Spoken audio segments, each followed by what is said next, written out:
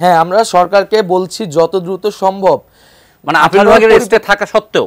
হ্যাঁ, আমরা কারণ বিভিন্ন শুধু আমরা বলছি না, ভাই আপনার কাছে শুনতে চাই, শেষ করে দিই। আর আমরা শুধু আমরা বলছি না, স্যার ভালো বলতে পারবেন আরো, আমাদের সাথেও বিভিন্ন আইনজীবী বা আইন বিশেষজ্ঞদের কথা হয়েছে, তারাও বলছেন যে সরকার চাইলে 18 পরিপত্র থেকে সরে যে একটি নতুন পরিপত্র জারি করতে পারে বা সেই ধরনের ব্যবস্থা গ্রহণ করতে পারে সকল গ্রেডেই কোটা সংস্কার করে, যেটা আমি আপনাদের মূল দাবিগুলো আমরা জানি, ফলে রিপিট করতে চাই না। 7 তারিখের আগে সরকার কিছু করতে পারে বা তাদের এই আন্দোলন সরকারকে বাধ্য করার জন্য এটা আদালত অবমাননা হয় কিনা?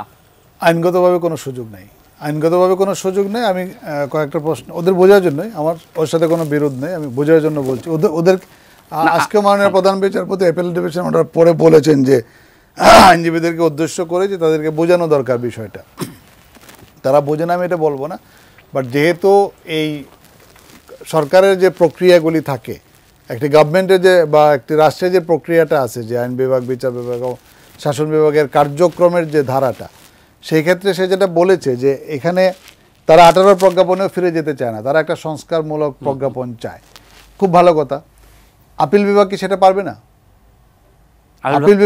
আপিল বিভাগের তাদের বক্তব্য উপস্থাপনের জন্য বলা হয়েছে, তারা নির্বাহী বিভাগ যে সিদ্ধান্তই দিবে সবসময় সেটাকে বিচার বিভাগের কাছে নিয়ে যাওয়া যাবে। একটা যে কথাটা সে বলেছে খুবই ভালো কথা বলেছে, এটা আইনের বিষয়, যে এই সমস্ত বিষয় নিয়ে যখন হাইকোর্ট বা আপিল বিভাগের কাছে যাওয়া হয় তখন বলা হয় এটা হচ্ছে সরকারের পলিসি ম্যাটার, পলিসি ম্যাটারে আদালত কখনোই হস্তক্ষেপ করবে না। হাইকোর্ট ডিভিশন যে রায় দিয়েছে আপনি দেখেন, হাইকোর্ট ডিভিশনও কিন্তু 2 রকমভাবে রায়টা দিয়েছে। একটা বলেছে এটা বেআইনি, কোটা প্রথা বাতিল করে যে প্রজ্ঞাপন করেছিল 2018 সেটা বেআইনি, সাথে সাথে এটাও বলেছে যে সরকার ইচ্ছা করলে পারবে। তার মানে পলিসি ম্যাটারটা কিন্তু হাইকোর্ট ডিভিশন অ্যালাইভ রেখে দিয়েছে। ঠিক তেমনি এখন যখন বিষয়টি অ্যাপিলেট ডিভিশনে বিচারাধীন, এই অবস্থায় কিন্তু সরকারের কোনো ব্রাঞ্চ দ্বারা এই ব্যাপারে আর কোনো সিদ্ধান্ত দেওয়ার সুযোগ নেই। মানে তারা আন্দোলন করলেও সরকারের পক্ষে সম্ভব সুযোগ নেই। এবং তাদের আন্দোলনটাও একদমই যৌক্তিক হচ্ছে না, এই জন্যে যে আপিল বিভাগ কিন্তু আদেশের মধ্যে বলে দিয়েছেন যে শিক্ষার্থীরা, তাদেরকে খুব আদর করে বলেছেন যে কোমলমতি শিক্ষার্থীরা যেন ক্লাসরুমে ফিরে যায় এবং তারা আইনজীবীর মাধ্যমে, তাদের যারা আইনজীবী তাদের মাধ্যমেই ওখানে বক্তব্যটা উপস্থাপন করার জন্য। দেখুন, আইনি এইসব বিষয়গুলি কিন্তু খুবই জটিল একটা প্রক্রিয়া।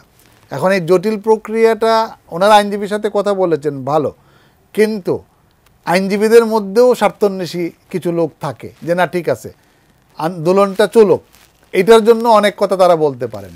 কিন্তু আইনের যেটা প্রপার অ্যাপ্রিসিয়েশন, আমার কিন্তু এখানে কোনো স্বার্থ নেই আদার দেন শুধুমাত্র আইনের যে প্রপার অ্যাপ্রিসিয়েশন সেইটাকে বলবৎ করা ছাড়া বা সেটাকে